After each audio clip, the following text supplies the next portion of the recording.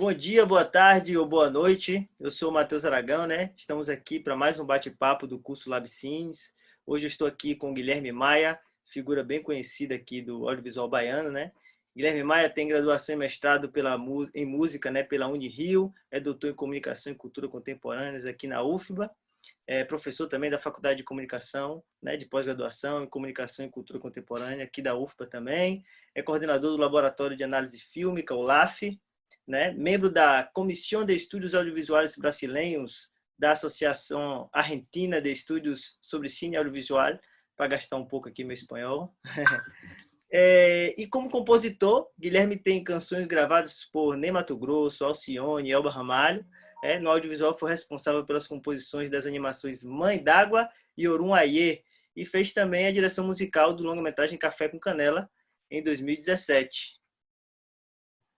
Passa aí a bola para Guilherme Maia dar um alô para vocês. Bom dia, boa tarde ou boa noite, né, para vocês todos. É um prazer estar aqui colaborando com essa iniciativa bacana aí do pessoal da Facom, do LabAV. Parabéns a todos vocês aí e vamos nessa, Matheus. Vamos lá, né? Então, saiu ano passado, né, em 2019, um compilado de entrevistas com profissionais do audiovisual brasileiro na área do som, que é a pós-produção de som no audiovisual brasileiro. Esse material foi organizado pelo Rodrigo Carreiro. Eu lembro que, logo na introdução do livro, ele menciona que é muito comum para quem exerce uma função relacionada ao som no cinema, né, o contato com música ainda na infância, na adolescência. Queria saber como é que foi esse primeiro contato do professor com música. Olha, meu contato com música primeiro foi como qualquer pessoa, ouvinte. Não havia uma tradição musical na minha família, não havia um músico na família. Quer dizer, havia um irmão da minha mãe que cantava, era cantor da noite em São Paulo, mas a gente tinha pouco contato com ele. Eu só fui vê-lo cantar já com 20 e tantos anos de idade, a primeira vez. Meu pai tocava um violãozinho de 3 acordes, e naqueles 3 acordes ele enfiava uma quantidade imensa de música e gostava de cantar. Mas só isso, assim, não tinha nem violão em casa. Quando ele pegava um violão, às vezes eu via isso, né? Mas era contato normal de um menino de classe média, morando no Rio de Janeiro, né? Num período final, a partir do final dos anos 50, aquela coisa das músicas que tocavam no rádio, né? E depois as músicas da televisão, os festivais da TV Record, um momento muito importante. Eu acho que é nesse momento aí que eu começo a ter interesse maior pela música. E na escola onde eu estudava, na escola técnica, tinha 2 amigos que tocavam já muito violão. Um deles é o Marcos Leite, que depois foi regente do Cobra Coral, do Garganta Profunda, uns corais bem importantes lá do Rio de Janeiro, né? E aí eu comecei a tocar violão e tal. Esse foi o meu primeiro contato com a música, né? Então, o que eu ouvia era basicamente o que tocava no rádio, na televisão, tudo, né? Pois é, aprendi a tocar, tomei gosto. Eu estava fazendo, na época, a Escola Técnica de Química, no Rio, né? Fazia química? Equivalente ao ensino médio. Sim. A técnica, né? 4 anos, né? É técnica, aquela onda do ensino médio. Mas quando acabou, eu já estava completamente meio que... primeiro, com a certeza de que eu não ia passar o resto da vida num laboratório de química, né? Inclusive, não cheguei nem a me formar. Eu não fiz o estágio. Eu me formei no ensino médio e não fiz o estágio para ter o diploma de técnico em química. E minha família se mudou para Salvador, eu vim para cá já com a vontade de estudar música, fiz vestibular para a UFBA, né? E para o curso de composição passei e começou a história a partir daí. A partir daí foi música a vida inteira. Agora, nessa época, tu nem tinha curso de música popular, né? Era música erudita. Era música... licenciatura. O curso de... Não havia música popular, não era nem bem vista dentro da escola na época. Não havia uma cadeira, por exemplo, uma disciplina que tratasse de música popular. Se estudava a música de concerto, né? Tradicional, né? Os instrumentos, tem várias formações, né? Instrumentista, licenciatura, composição, regência, Tal, né? Não havia, por exemplo, uma disciplina de arranjo, uma formação em arranjo, não havia nada disso. Hoje já existe, né? Há algum tempo já existe no Rio. Isso é recente no Rio, é recente aqui, é recente em todo o Brasil. É isso, se estudava, principalmente, Matheus, se estudava no curso de composição, claro que você estudava, e havia disciplinas que faziam a revisão, né, da literatura sobre música, se estuda com a partitura, né, toda aquela revisão, mas a ênfase era em música de concerto, atonal, experimental, aleatória, técnicas contemporâneas de composição, a ênfase do curso era nisso aí. Legal, legal, legal. Mas, Agora, só para complementar, a minha sim, memória de formação sempre foi, a libido sempre foi muito mais voltada para a música popular do que para esse tipo de música, né? Pra fazer uma carreira como compositor de música de concerto contemporâneo. Sempre entendi. tive uma coisa para a música popular e as coisas começaram a acontecer. Comecei a tocar em bandas, né? Começou a juntar pessoas que estudavam música. Sim, E o foco era basicamente em música popular, embora o conjunto que a gente tinha na época, um conjunto que teve uma certa história aqui em Salvador, chamado Banda do Companheiro Mágico. Esse grupo teve várias formações grandes, com metais e tal, formação de quarteto. Esse grupo incorporava muito do que a gente aprendia na escola e misturava com porque todo mundo vinha da música popular. Todos os integrantes eram da música popular, né? Um roqueiro, o outro não sei o que lá de Yes, essa onda assim, um de jazz, que era o Zé Maria, e essa troca, né? Zeca Freitas, o famoso Zeca Freitas de Salvador, maestro Zeca Freitas, era dessa banda, Tuzé de Abreu era dessa banda, tocou conosco, a Anunciação, percussionista, tocou com o Hermeto Pascoal, um percussionista fantástico, tocou conosco, galera Sérgio boa, Souza. então, junta, hein? No mesmo ambiente, no caso, né? Todo mundo Como é? eu digo, uma galera boa no mesmo ambiente, todo mundo estudando música e migrando ali para o popular, Mais ou menos. fazendo esse jogo de cintura. Com o tempo, você já tinha também gente que não era da UFBA, como a Anunciação, tinha 20 ou 30 anos a mais do que nós. Zeca Freitas também é um cara mais velho, tinha vindo, estava recém-chegado da Berkeley, que é a famosa escola de Lá de jazz lá Boston, de né? Boston. Isso. Então, isso foi a formação, e a partir dessa banda, da visibilidade dela, você começa a ser chamado também para tocar com cantores, os cantores da cidade, a Sim. princípio, ou cantores que visitavam a cidade sem banda. Estavam na cidade, assim, um produtor falava, vamos fazer um show, montava um show aqui. Isso aconteceu com o Jorge Maltner, aconteceu com o Luiz Melodia, tudo nesse período aí. Ah, então tu fez som junto com o Luiz Melodia. Não fiz som junto com Melodia, bicho. Acompanhei o Melodia num show aqui em Salvador e outro em Itabuna. Inclusive, em Itabuna aconteceu um negócio sensacional, velho. Porque a gente fez um quarteto, tá? E ensaiou 2 vezes, um quartetinho muito simples, assim, era baixo, guitarra, um trompete, que Sim. era o Bonerges, e Ari Dias na batera, se não me engano. Era isso. Acho que era isso. Ari Dias na batera, eu no... Ari Dias, que é da Cor do Som agora, né? Sim. Ari Dias na batera, eu no baixo, Haroldo Sá na guitarra e Bonerges no trompete. Isso, era na época que estava fazendo sucesso aquela música, mas de tudo que se tem não representa nada, parara, patada, patada, parava, né? Aham. A gravação era um puta arranjo, né? Sensacional. Aí, quando a gente bota o pé dentro do clube em Itabuna, um clube dentro, a gente sabe que ataca a música do Melodia lá dentro, pela banda que está tocando, igual ao disco. Olha aí, que responsa. Ficou ruim pra gente. Era os Lordão, os Lorde, uma banda famosa de Lordão? baile. Lordão, era o Lordão tocando. Ah, eu peguei uma fase do Lordão em Jequié, porque tocavam muito em Jequié o Lordão. O Ah, Lordão, deve ser. Lordinho, né? Era uma empresa que fazia Sim. igual ao disco, ela clonava os discos igual, com a mesma sonoridade. Pô, bicho, com aquele quartetinho xoxo. Foi foda. Nem para Responsa. aprender, foi foda. Olha aí, olha aí. Agora,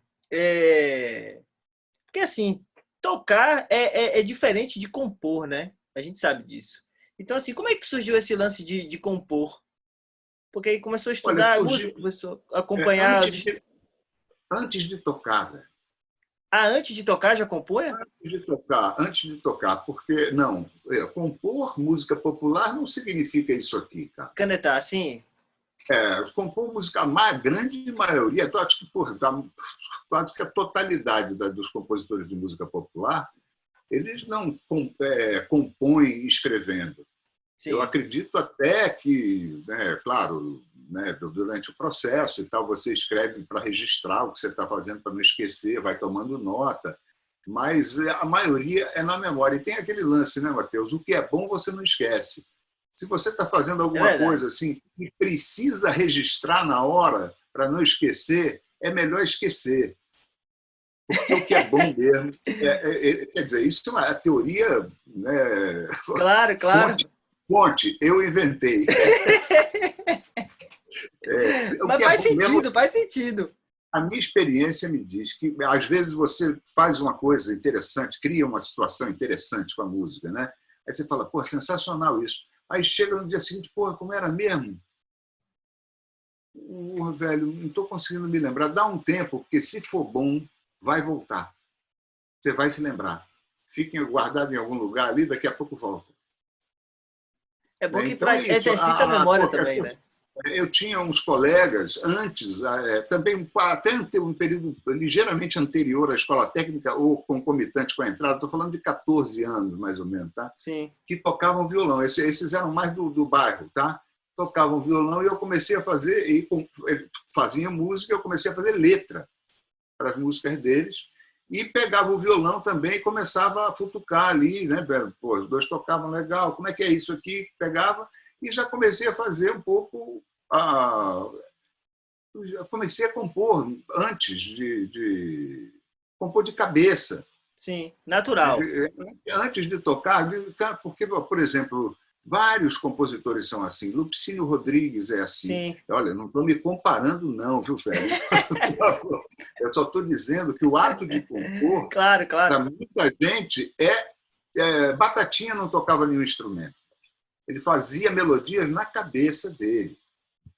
Entendeu? A Lupicínio Rodrigues, igualmente, fazia as melodias cantando, cantarolando. A melodia vinha, tinha uma noção grande de harmonia dentro da cabeça, né? Porque as melodias dele não são feijão com arroz. Modula, vai para outras tonalidades, né? Passeia por Sim. várias, né? Inclina. Então, não é uma melodia que qualquer pessoa faça com facilidade. Né? Talento especial desses caras. Né? Mas o processo de compor, para mim, começou ligeiramente anterior ao processo de tocar. Legal. Legal isso, legal.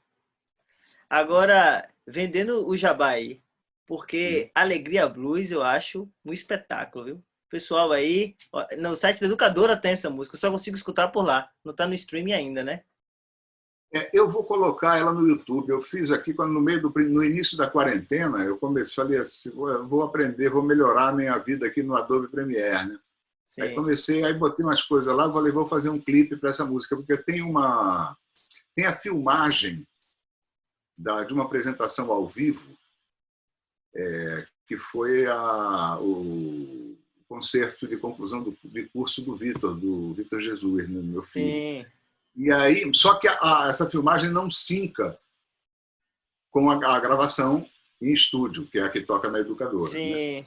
Ela não sinca. Aí eu fiz uma coisa meio assim, cortando frames com fotografia, tá? Pegando alguns frames da imagem e fazendo umas brincadeiras. Ficou legal, ficou bem legal. Vou botar, Ah, então já já vai estar aí, né? vai estar Essa aí. música vale a pena escutar, eu Eu acho. também acho. De verdade. Não é porque é o professor, o meu orientador, mas essa música vale. Vale, Agora, essa aí. professor, O ainda resto é uma merda, mas essa é legal. agora, já que a gente está assim num curso de cinema, né? Então, como é que foi que o Uhum. cinema entrou assim na vida, né?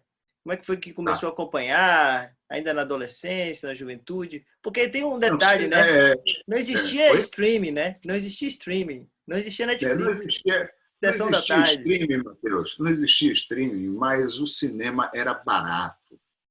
Cinema era uma diversão barata. Eu nunca passei por uma situação.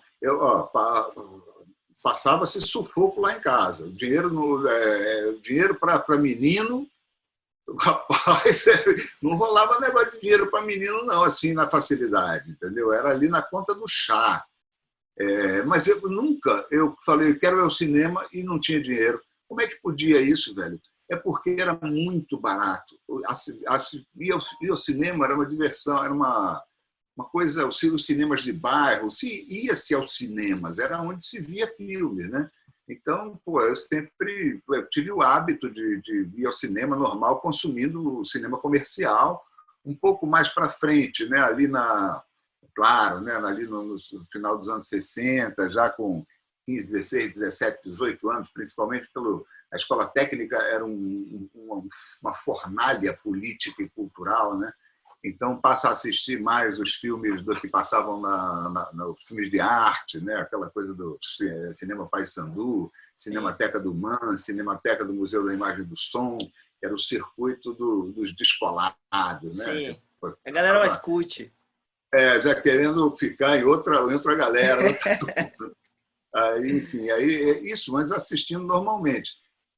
Quando eu comecei a me profissionalizar em música, principalmente na fase do Rio, né, quando eu já estava no Rio tocando lá com Moraes, eu comecei a trabalhar também com publicidade, tá? E minha aproximação com o audiovisual começa aí, né, trabalhando para a publicidade, e começam a surgir algumas coisas de vídeo para fazer. Eu fiz muito pouco cinema. A rigor, eu fiz um curta-metragem lá no Rio, chamado Tanas Takes, há muito tempo atrás, e fiz agora o Café com Canela.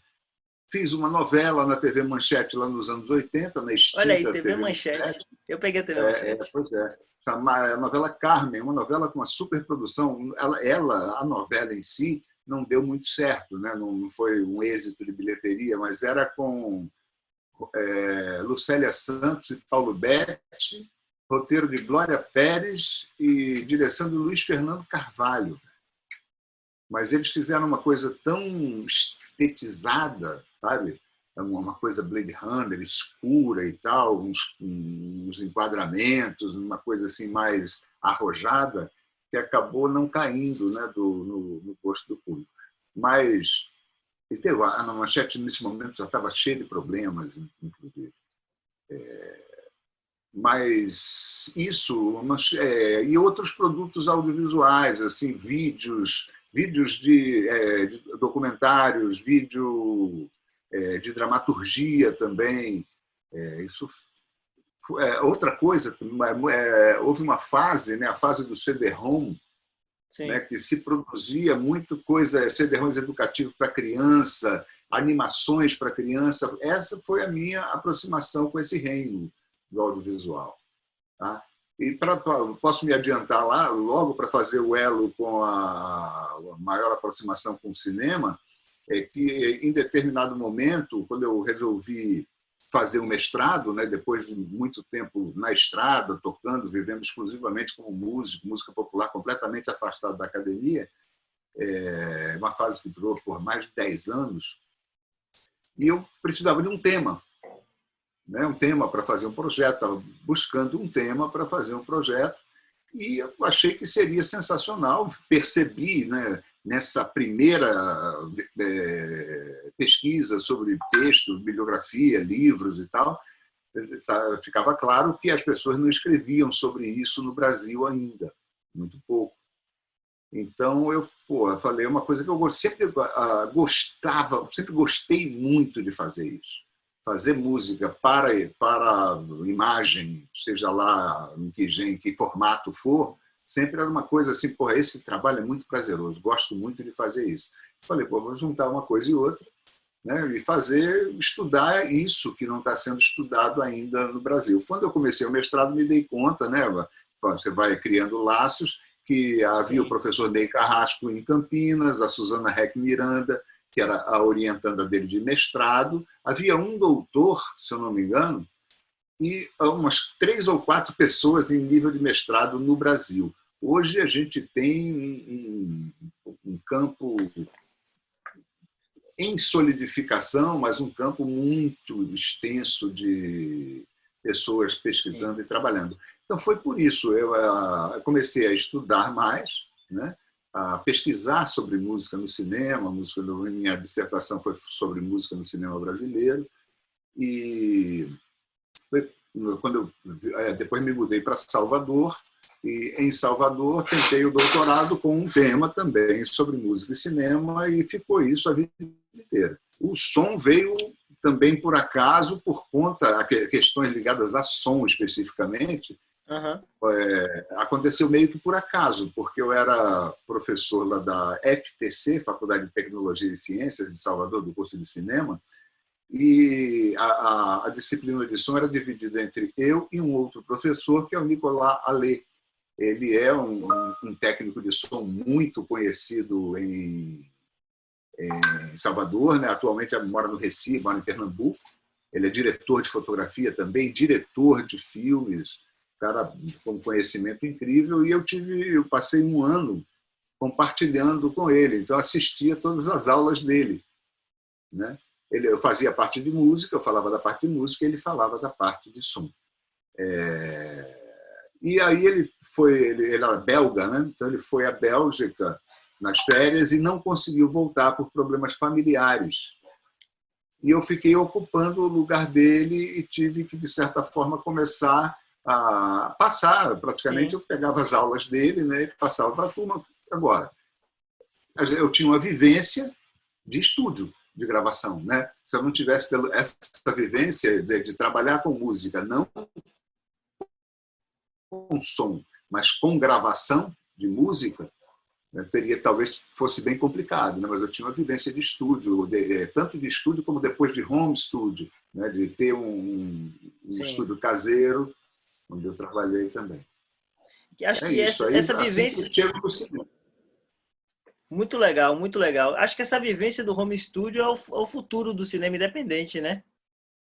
Do jeito que a gente vem caminhando aí, enfim, Eu não acho que é futuro, não. Eu acho que é presente. presente, né? É verdade. É o presente. É o presente. Principalmente porque as plataformas estão se sofisticando numa velocidade impressionante,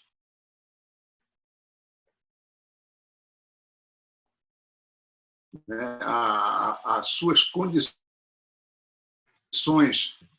celulares, né? Smartphones, já podem captar um som razoável. É claro que independente tem gradações, né? Até onde seu filme quer Claro, chegar, até onde ele pode ir, porque o mercado tem padrões.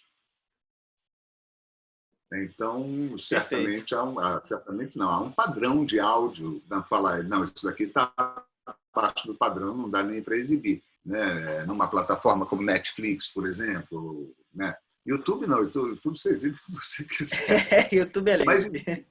isso não é ruim, não, porque ao mesmo tempo você, sabe, é o campo da experimentação. A tosqueira faz parte aí, né? Às vezes vem até incorporada como linguagem, a depender, transformar a dificuldade em expressão Com artística. Isso certeza. acontece com muita frequência, né?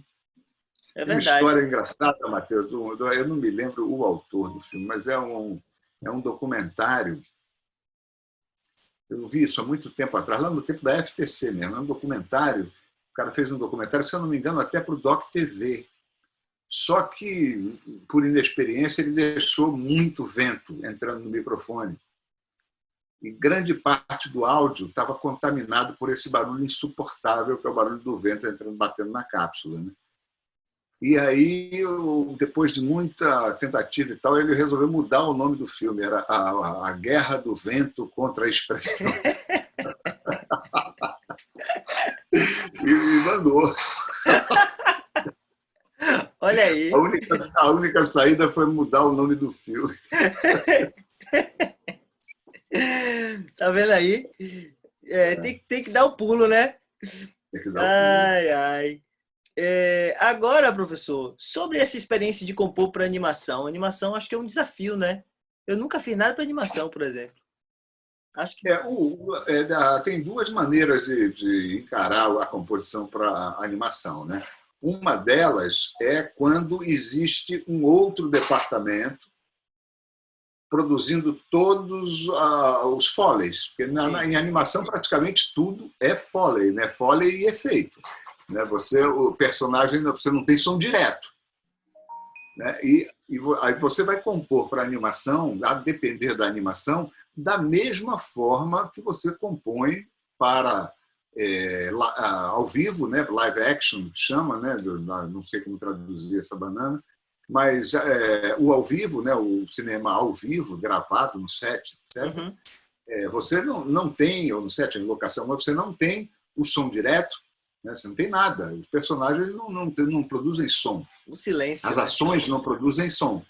Então, quando é responsabilidade da música fazer as duas coisas, ou seja, cuidar da parte sonora, expressiva, Foley, né? cuidar da parte dramatúrgica, narrativa, expressiva, né? Dos efeitos emocionais, sentimentais e tal, sensíveis, sensoriais, uma coisa, e além disso, cuidar também do que é também sensorial, mas no nível da reprodução, ou da sonoridade das coisas. Por exemplo, você fazer na música os passos, as quedas, os impactos, os movimentos ficarem a cargo da música também. Como acontece, por exemplo, nos filmes antigos de Tom e Jerry, de uma maneira magistral. Né? Até hoje eu fico de cara pensando no compositor e pensando nos músicos que tocam aquilo, porque são coisas de muita técnica. Né? Músicos certamente muito de primeira grandeza, né? De músico de ponta fazendo aquilo ali, porque é barril. Mas, enfim, então tem isso. E tem falar em animação, como assim, a animação é um reino muito grande. Né? Você pode ter uma animação com uma música absolutamente minimalista, pouca coisa, um evento aqui, outro ali, sabe? Aquela coisa mais estática, parada, né? Com poucos eventos, poucos instrumentos. Tudo depende do que se é longa, se é curta e qual é a natureza da animação. Nesse ponto de vista, é como se você estivesse fazendo um filme normal. Normal. O pensamento é igual. Né? Tem muito diálogo? Não tem diálogo? Um dos filmes que eu fiz não tem diálogo nenhum personagem fala nada. Ou seja, cresce a responsabilidade da música.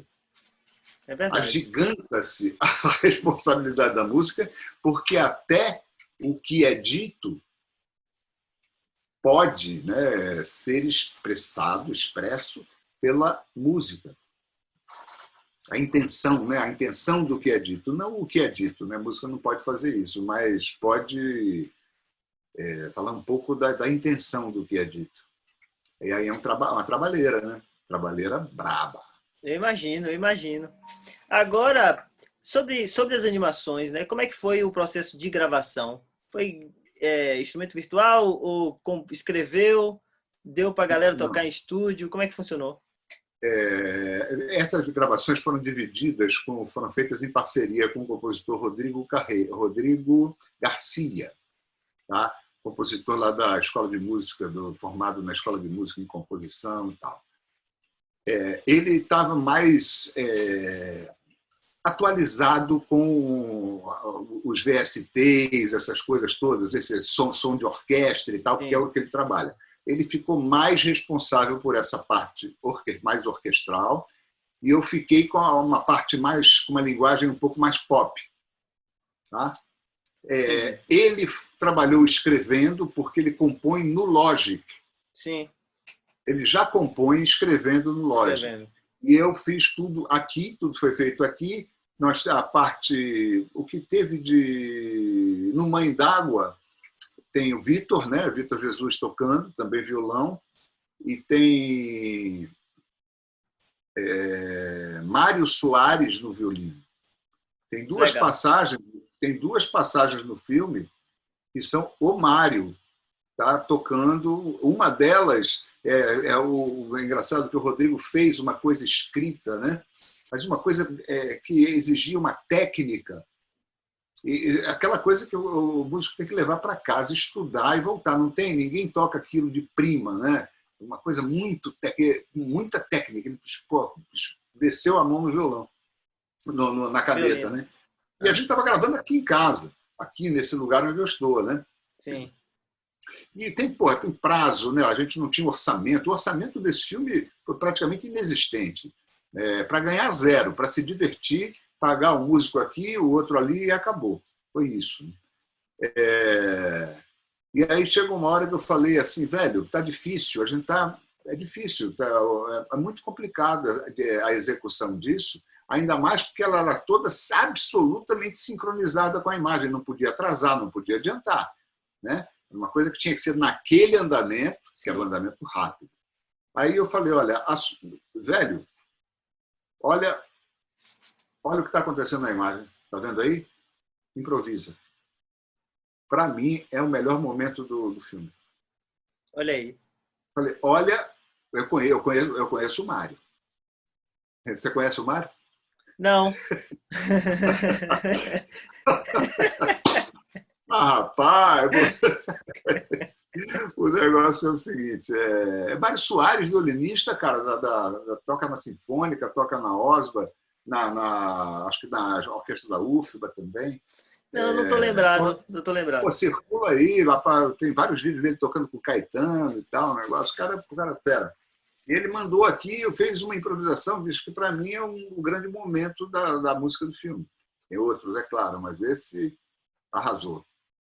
Então, é isso. Foi esse processo de gravação, foi tudo home studio sem dinheiro. Orun Aie, da mesma forma, foi um orçamento que os recursos que eu tinha para produzir vazaram todos para outras pessoas. Tá? Porque houve gravação em estúdio, porque tinha muita percussão, né? Muita percussão, toques de orixás. Tá? Gabi Guedes. Hein? Gabi Como Guedes. é? Gabi Gabi Guedes. Guedes. Isso, foi ele mesmo. O cara é Tinha bom. uns toques, né? Tinha uns toques de orixás e era mestre, né? O chefe Alto nível, né? dos Aladeiros, o Ogan, essas coisas. Né? E aí teve uma parte de estúdio, teve que pagar, a mixagem foi caseira. E o mesmo sistema, eu e Rodrigo trabalhando. Mas nesse havia uma outra pessoa fazendo a parte de sonoplastia. Tá? Então, nós não tínhamos essa preocupação de narrar tudo através da música. Então, ficamos mais soltos, com o compromisso mais expressivo, narrativo e dramatúrgico. Sim. Esse foi um stop motion, né? É stop motion. Stop Tem motion. 2 partes em 2D, a abertura e o final em 2D, e o miolo da história todo em stop motion. Eu acho um filme muito bonito. Eu acho que a parte da música precisaria de uma gravação profissional, né, de estúdio e tal. Sim. Porque ela, em alguns momentos, ela deixa a desejar nesse aspecto de qualidade de gravação. Sim. Mas, em termos assim funcionais, eu achei que ficou bem bonito, velho. Bem bonito. Todos os dois, o Mãe d'Água também. Eu não assisti esse filme, mas o pessoal comenta muito bem. Essa animação, que é a mitologia, a criação do mundo segundo Yorubá. Né? Yorubá, é isso aí. Agora, as vozes são de Carlinhos Carlinhos Brown. As vozes dos personagens. Tem outro ator baiano, cara, famosão, esqueci o nome dele agora, a Jamile e Cíntia, né, as diretoras, elas não tinham grana, mas elas tinham articulação. Sim. No sentido de mobilizar pessoas bacanas para participar do projeto. Né? Projeto muito bonito. E elas seguem aí fazendo, viu? elas estão na área. Bom demais, bom Acabei, demais. acabei de fazer uma, aqui em casa também, elas têm uma animação infantil chamada Vitor, Bibi e o Jabuti, que elas estão fazendo, e a minha companheira é roteirista com elas desse projeto, é parceira, né? Aí, pô, não rola ainda está numa fase bem de... Embrionária. Embrionária não, porque elas já ganharam o edital para desenvolver Ah, a Bíblia, sim, que se fala assim na animação, né? A Bíblia é o conceito total da história, com perfil de personagens, sim. com Conceito sinopse, mais ou menos, artístico e tal. a história, a concepção artística, a concepção visual, tudo isso.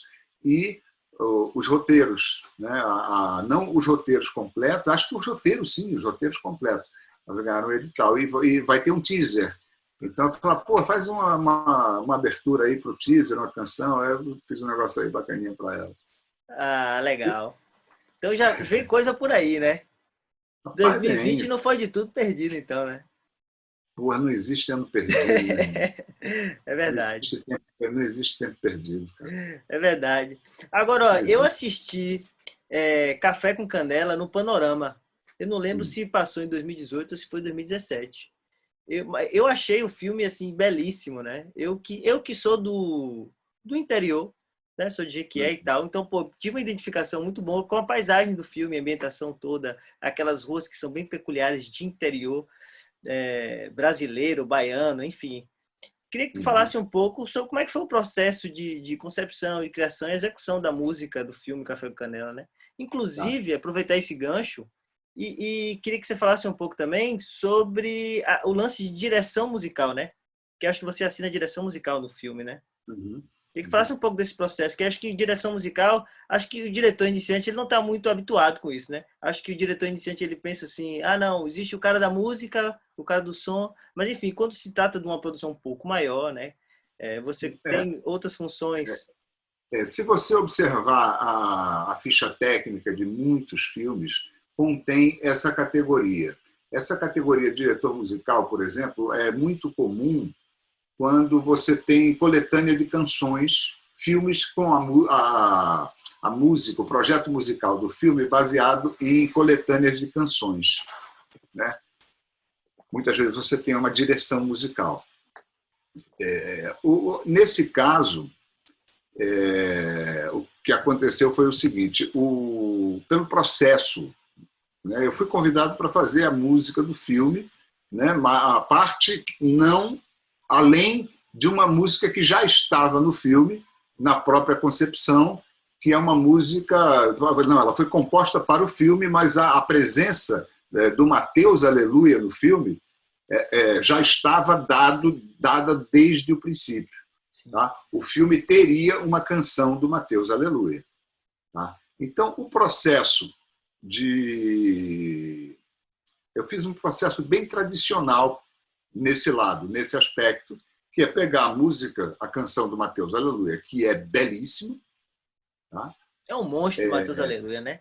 Diga-se de Oi? passagem. Não, ele é um orixá, né? Ele já Diferenciado. Ouvi é. o novo disco dele, abrindo um parêntese no papo, ouvi o novo disco dele. Ouvi algumas coisas, muito interessante. Ouvi, inclusive, ele tocando alguma coisa ao vivo numa manifestação que teve há 2, 3 dias atrás sobre em defesa de um terreiro de Sim, Candomblé, que está sendo atacado e tal.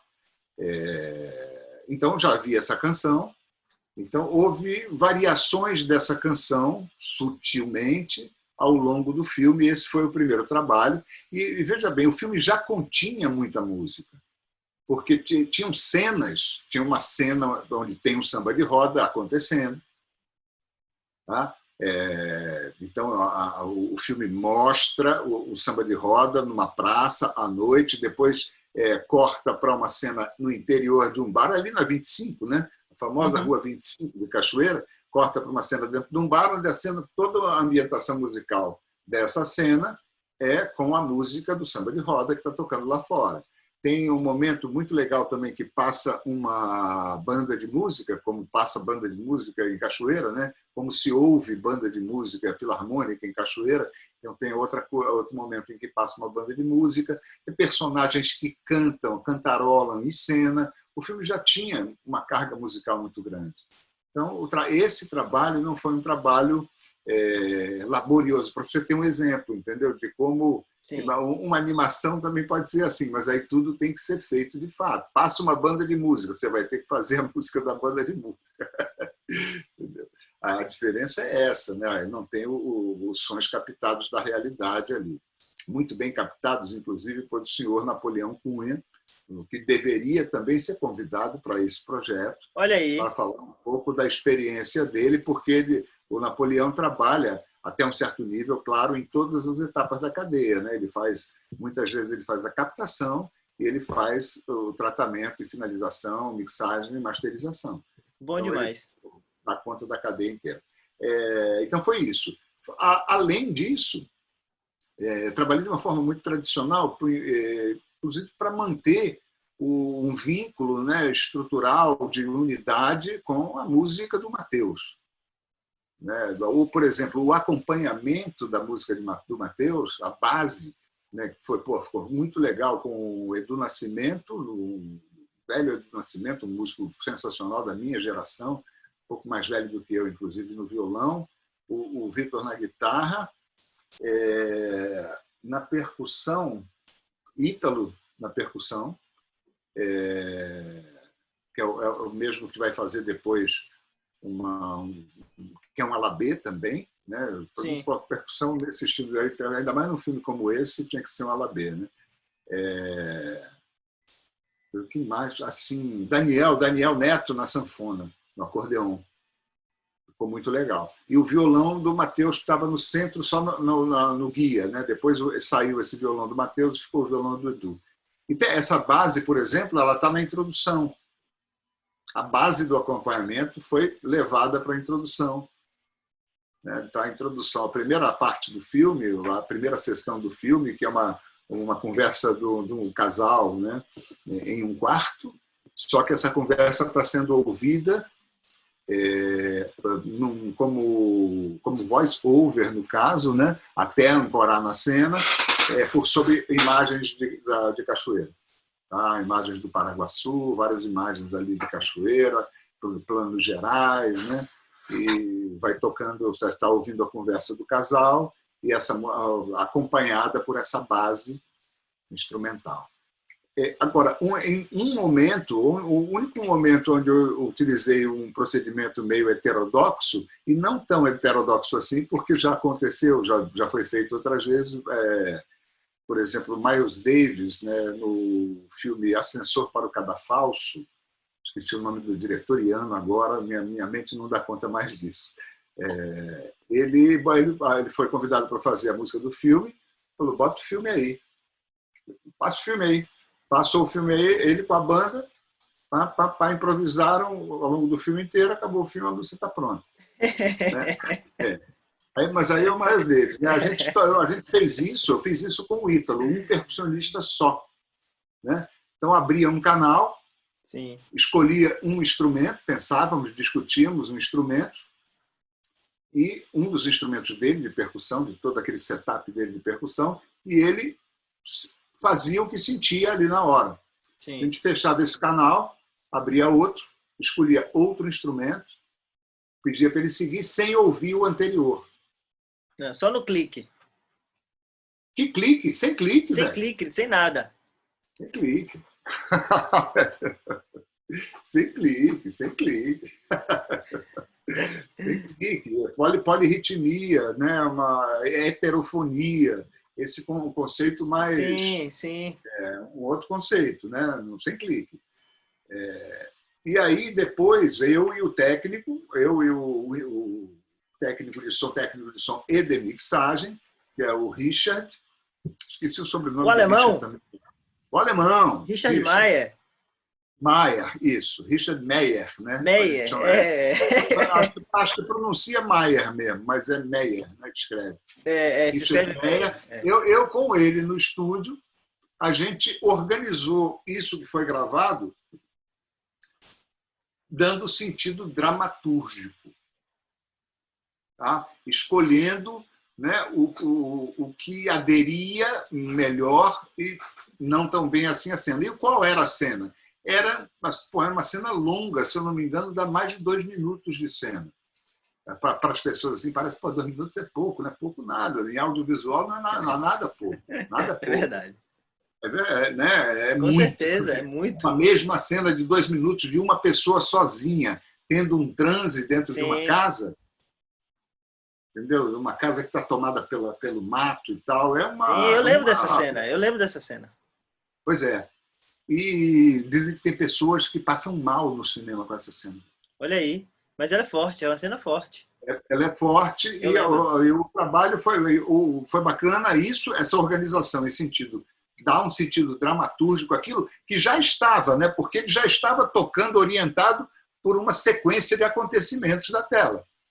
Os movimentos dela, o que acontecia com ela, as horas que ela reagia, as horas que ela se submetia, tudo isso está, na verdade, é um grande embate dela com o sagrado para se libertar, foi assim que eu li a cena, né? Para se libertar daquela dor. Tá? Tanto que, a partir desse embate, você vai ver que as coisas começam a se transformar para personagem no filme. É um momento especial, né? Então é isso. Essa parte foi uma parte que eu utilizei um recurso fora da caixinha, tá? Porque eu achei que fazer uma composição e tal poderia até ser, mas eu tinha um grande percussionista à disposição, tá? Um garoto com muita sensibilidade, fez um trabalho maravilhoso. Olha aí. Acho que o papel da direção musical também é fazer isso, né? Tentar utilizar formas fora da caixa, digamos assim, em momentos pontuais, né? O diretor musical seria como, vamos supor que o diretor de som, isso está meio chutado, né? O diretor de som seria o sound designer e haveria um music designer, sabe? Porque você tem o projeto de som, você tem o projeto musical. Na verdade, o sound designer está aqui, acima desses dois, né? O sound designer, teoricamente, estaria regendo tanto toda a parte de ruídos, efeitos sonoros, né, e etc., incluindo aí os foleys, etc., e a música também, porque, né, seria o sound designer da conta, um supervisor de som. É um projetista, né? Porque o projetista pensa, né? Projeta, vai ser. Né? Um cara que trabalha a partir do roteiro, né? no vai ser assim. Né? E o supervisor também, né? De certa forma, ele está ali mais no meio de campo. E nesse caso não, é de tomar decisão. Uma instância decisória. Porque toda essa parte da música instrumental adaptada, na hora de dar os créditos, eu poderia, né, seria absolutamente natural também se eu assinasse a composição das músicas. Mas o processo foi tão coletivo, os músicos contribuíram tanto, que eu fiquei constrangido de assinar a composição. Entendi. Tá? O arranjo da música do Mateus, por exemplo, a participação do Edu Nascimento nesse arranjo foi muito grande. A participação do Vitor foi muito grande. A gente tocou a música aqui, fez um arranjo aqui num esquema meio de banda. Tá? Aquela banda que ensaia e vai fazendo o arranjo ao longo do ensaio. Sabe? Pô, faz isso aqui, pois ficou legal, mantém e tal, não sei o que lá. Foi um processo mais da área do popular, de banda, do que então, no final, eu dei o crédito para todo mundo de composição. Muito legal. Assinei a direção, porque eu estava, de fato, na coordenação disso, tomando as decisões, ficou bom e vai ser assim. Entendi. Abaixo, é claro, da direção. Porque houve, por exemplo, coisas que eu compus para o filme que a direção não gostou, a Glenda não gostou, e ela estava certa, né? Foi um negócio, isso é engraçado, né? Porque ainda em cima da harmonia do Mateus, eu desenvolvi um negócio no baixo que ficou muito bonito. sozinho aqui e tal, brincando. Eu falei, pô, vou ficar variando isso daqui. Eu falei, pô, isso daqui tá ficando lindo. Eu falei, pô, tem que botar isso no filme, cara. Só que não tinha lugar. Aí eu forcei um pouquinho a barra, mas não deu certo. Inclusive, falou sobre isso aí, eu acho que era a próxima pergunta que eu ia te fazer.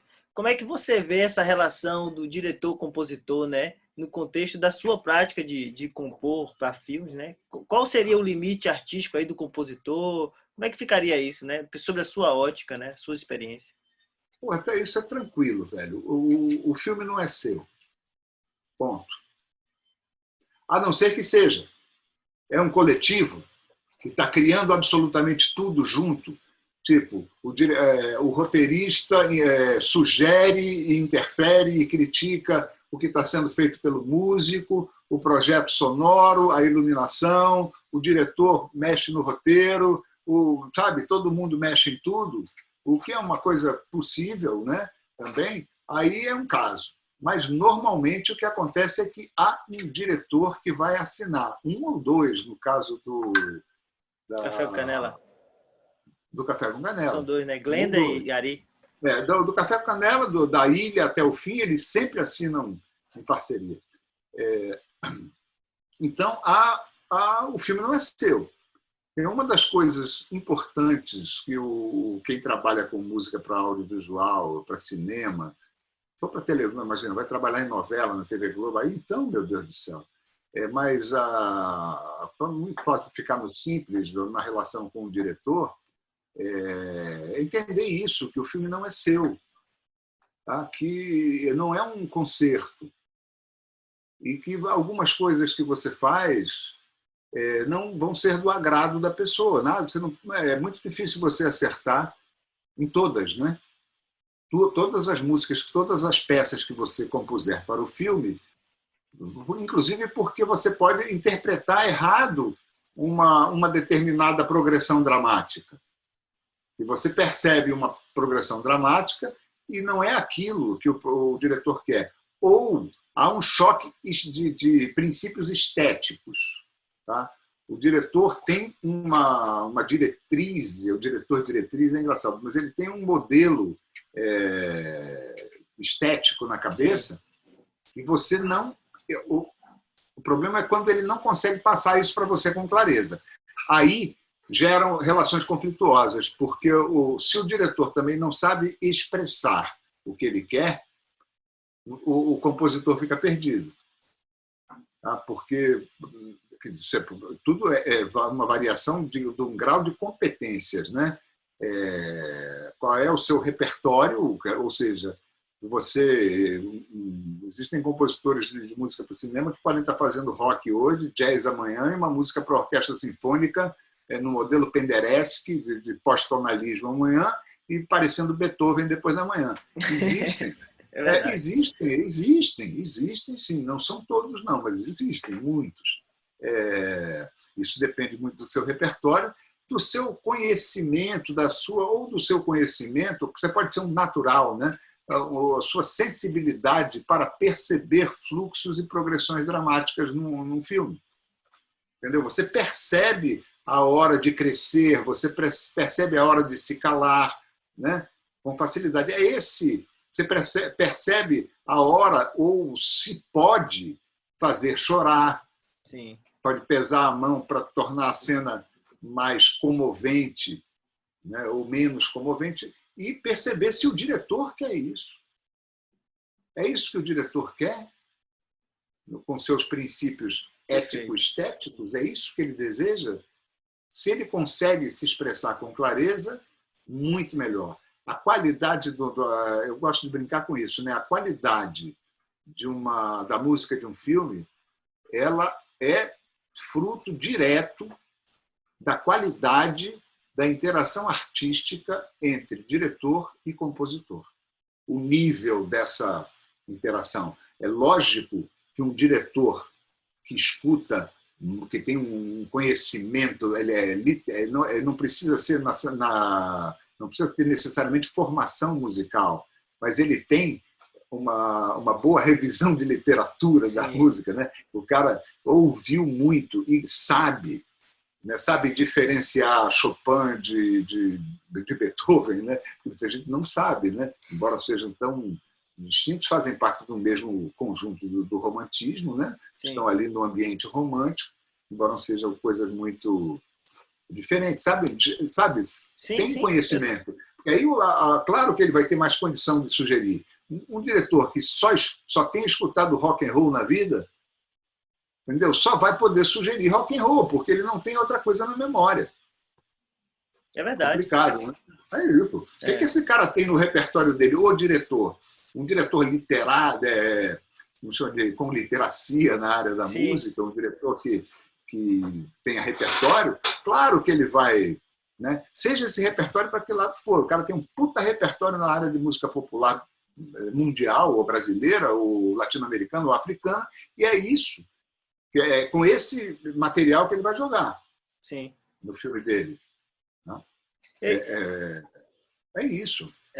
Inclusive, essa era uma pergunta que eu ia fazer depois. Ia pedir para você dar um conselho, porque a galera tem muita gente que está começando, que vai fazer o primeiro filme, né? Nesse momento de pandemia. Era uma dica, mas eu acho que essa dica aí foi muito boa. Expandir o leque, né? Educar o ouvido para outras, sair um pouco da zona de conforto e entender um pouco mais sobre a área. Eu acho essa dica ótima. Se você quiser dar outra, acho que ia ser ótimo também. Eu dou várias. A primeira é, velho, ser um estudioso de filmes, da música dos filmes, escutar estilos diferentes, pegadas diferentes, de diretores diferentes, para ver quantas possibilidades existem de resolver problemas semelhantes, né? Quantas escolhas já foram feitas, que estão aí para serem usadas, de certa forma. Não é imitar, mas você não pode desprezar tudo que já foi feito e já começar querendo fazer uma coisa que ninguém fez, porque simplesmente você não sabe se fizeram ou não, porque você não viu os filmes. Passar uma coisa que é muito importante para trabalhar nessa área é você passar a assistir os filmes de outra maneira. Tá? Assistir os filmes prestando atenção às músicas. Um exercício sensacional, eu acho, é você assistir o filme, né? Primeiro assistir o filme, tá? Assistir o filme, gostei, pô, que música legal desse filme. Agora para e anota todos os momentos que a música entra, todos os momentos que a música sai, tá? E tenta ver por que a música entrou e por que ela saiu e o que ela fez durante o tempo que ela estava ali. Por que a música entrou nesse momento e não 10 segundos antes, 10 segundos depois, ou 2 frames antes, vamos ser mais rigorosos, porque pode chegar a essa loucura, porque Sim. Muda mesmo. Com certeza. Muda mesmo. Uma diferença, às vezes, de poucos frames no lugar onde você dispara, vai mudar tudo o que vai acontecer adiante. Né? Então, às vezes, uma coincidência de uma palavra ou de um olhar com uma nota que estava lindo ali não fica mais. Entendeu? É uma coincidência de um modo como uma mudança na expressão do olhar de um personagem. E havia um movimento melódico que estava absolutamente sincronizado com aquilo. Não existe mais, porque está fora do lugar. Então, bom, enfim, esse exercício marca o início, marca o final e segue. Né? Aí depois anota que música é essa que está tocando aí, eu consigo identificar, se eu consigo identificar, tá, é música original feita para o filme, tá, qual é a instrumentação que está tocando aí, qual é a harmonia que esse cara está usando, que tipo de movimento melódico está acontecendo aí, né? E o que é que essa música, por que tentar, não preciso perguntar ao diretor nem ao compositor, né? Mas o que você acha que essa música está fazendo aí nesse momento? Qual é o papel que ela está cumprindo? Ela é uma referência ao lugar onde a história acontece, ela está expressando, está colada aos sentimentos de um personagem, de uma personagem, ou ela está dando um clima geral para a cena, independentemente dos personagens? Ela está querendo ironizar a cena, ela está produzindo um sentido de humor, ela está produzindo tensão, né? É isso. Esse exercício eu acho que ensina de uma maneira, Matheus Pua ensina muito, bicho, ensina muito. E fazer isso como um exercício constante, não é pegar 2 filmes e Claro. fazer isso e falar, eu sei. É fazer isso que depois, a partir de um certo ponto, você acha que você não precisa nem mais anotar e ficar no papel, porque automatiza. Você vê, é claro, que não é para detonar o seu prazer de ver um filme relaxado, né? Pô, pelo amor de Deus. Mas quando você ouve a música entrar, você vai falar, ih, cara, já sei, entendi. Pô, claro. Sim. Muito... Isso vale para filme, vale para seriado, vale para novela. Novela é uma aula de entradas e saídas de música É dentro do verdade. gênero. Uma aula dentro do gênero. É tudo igual, é padrão, não varia, mas, velho, funciona. É verdade. Funciona. Funciona. É isso, a gente já Então, está chegando no final, hein? Eu queria agora fazer mais umas 2 perguntas sobre a área acadêmica, porque tem gente vamos também lá. que está fazendo filme e quer se, né, se enveredar pelo caminho, o caminho tortuoso da academia. Mas, enfim, as últimas produções, né, as produções recentes da academia têm mostrado o interesse pelo cinema latino.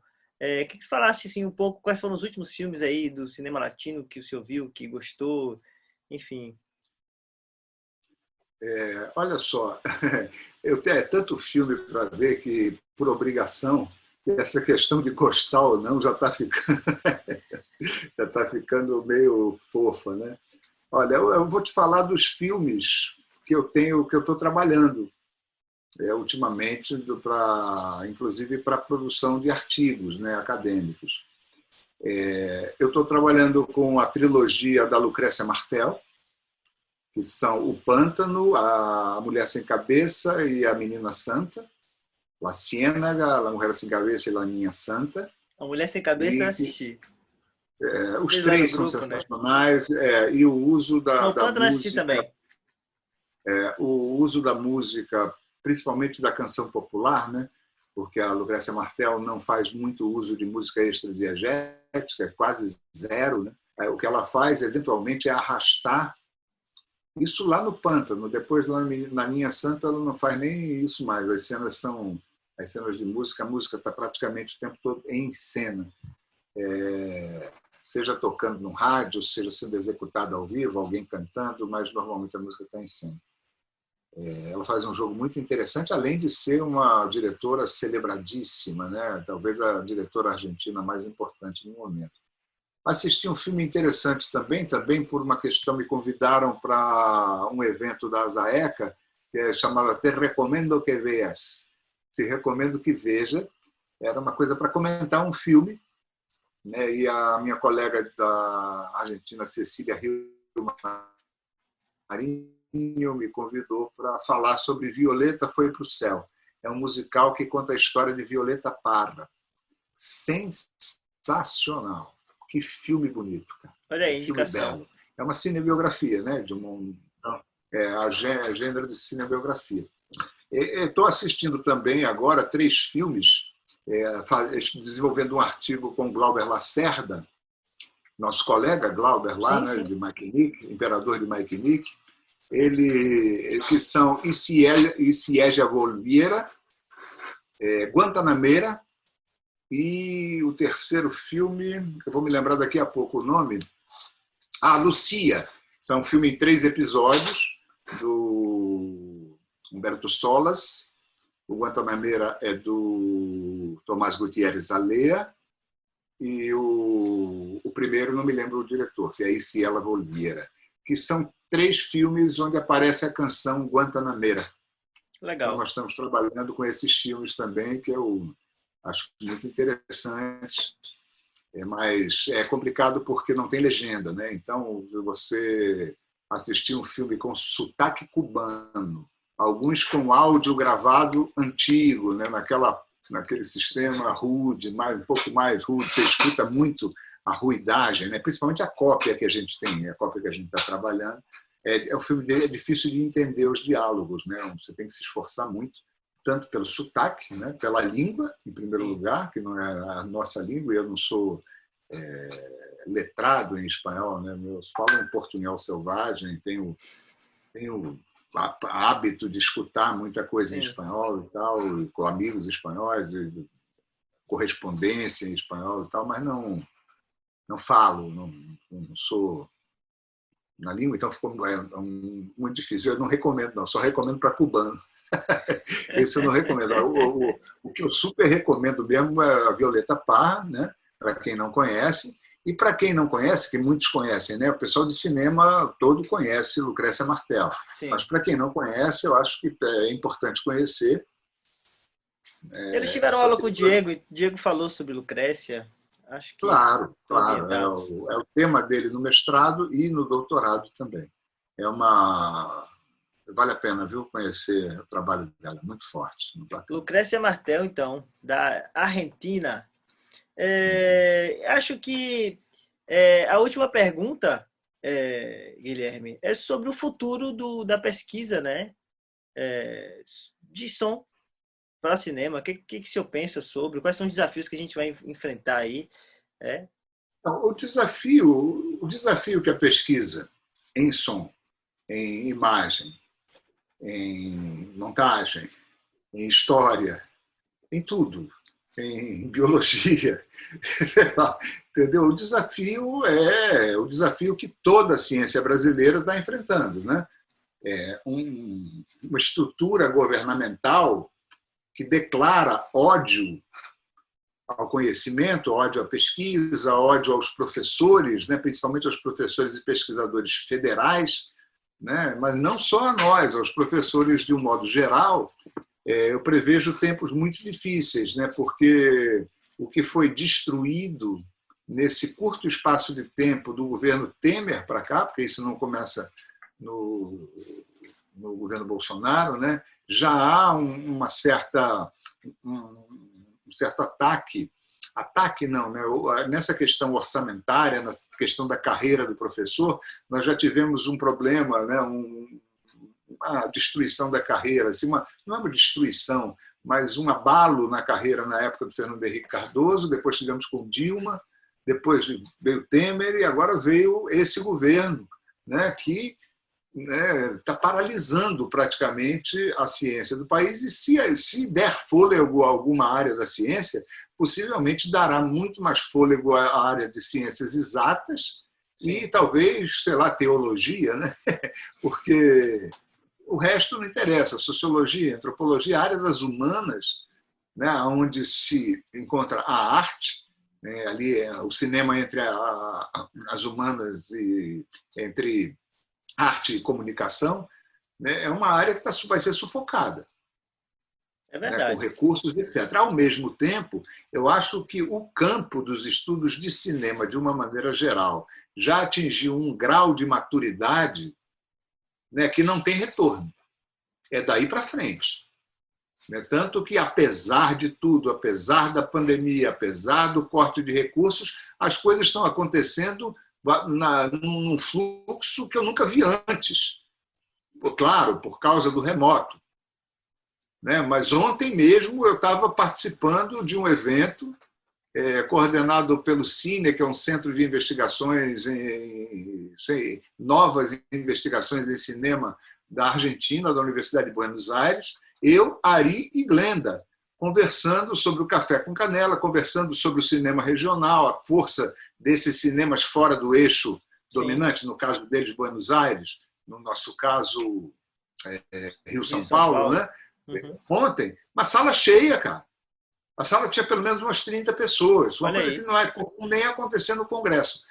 Semana que vem, no final da semana que vem, nós já temos o Congresso da ASAECA, que é a Associação Argentina de Cinema e Audiovisual.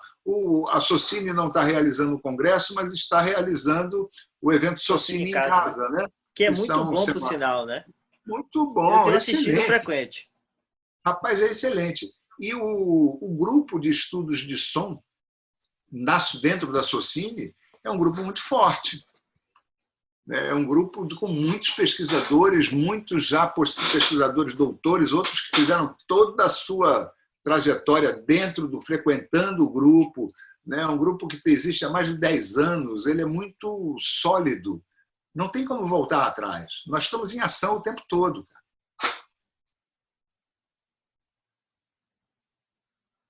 Se formou um novo grupo de pesquisa agora, sediado na Federal de Pernambuco, do qual eu faço parte também. É forte. A tua turma é guerreira. Não dá para, não tem como ir para trás, não tem como voltar. E fora, eu estou falando isso, fora o cenário internacional, né? A quantidade de trabalhos sobre som, sobre música popular que você encontra hoje disponível, rapaz, é impressionante. Se você pensar como era há 20 anos atrás, é um campo em expansão incontrolável, né? Né? Sim. Por mais que tem... A gente se vira, né, bicho? O cara some o dinheiro daqui e inventa um negócio ali para fazer, mas vai fazer. Vai fazer. Resistir, né? Acho que por aí. É isso aí. Queria que o professor indicasse uma literatura sobre som, sobre música para o cinema. Olha, a grande maioria de livros sobre música para cinema, né, a produção, é estrangeira. Né? Tem um livro que é fundamental, que é o famoso Unheard Melodies, né, difícil de traduzir para o português, seria melodia silenciosa, ou melodia inaudível ou inaudita, né? Da Cláudia Gorman, é um livro obrigatório. Saiu um livro recentemente, cara, eu não estou com o título do livro A Flor da Pele, mas é alguma coisa em relação à música para cinema. Alguma coisa não, o livro é sobre isso, de um pesquisador chamado Juliano Oliveira. Eu estou louco para ler esse livro. Eu tenho ele, mas ele ficou na minha... Quando eu vim do Rio para cá, eu passei um ano estudando no Rio e voltei para Salvador. Eu deixei uma mala de livros lá, porque eu ia voltar um mês depois e trazer. Em vez de pagar uma transportadora, né, eu ia botar na minha cota de bagagem mesmo, que eu clientes Miles e tal, tem direito a não sei quanto, eu já ia botar na cota e ia trazer. Está lá até hoje. E esse livro do Juliano está lá. Eu vi a apresentação dele no lançamento do livro e gostei muito. Se procurar, acha o título, Juliano Oliveira. Alguma coisa, não sei o que lá, música do cinema, música dos filmes. Vou botar aqui em algum lugar na tela, vai aparecer. Aparece. Juliano Oliveira. Ele... É isso. Infelizmente, eu não estou com o livro aqui. Tranquilo. Não, mas eu consigo botar na tela, na edição. Beleza. Então tá bom, professor. Muitíssimo obrigado pela atenção aí, pelo bate-papo. Acho que vai ser foi enriquecedor para mim, acho que vai ser para o pessoal também, né? Tomara que o pessoal se divirta aí, porque a barra está pesada, tem que ser divertido, tem que dar risada. É verdade. Então valeu, tchau. Valeu, obrigado, Matheus, pelo convite, obrigado a todo mundo aí que está assistindo. Prazer estar aqui falando com vocês.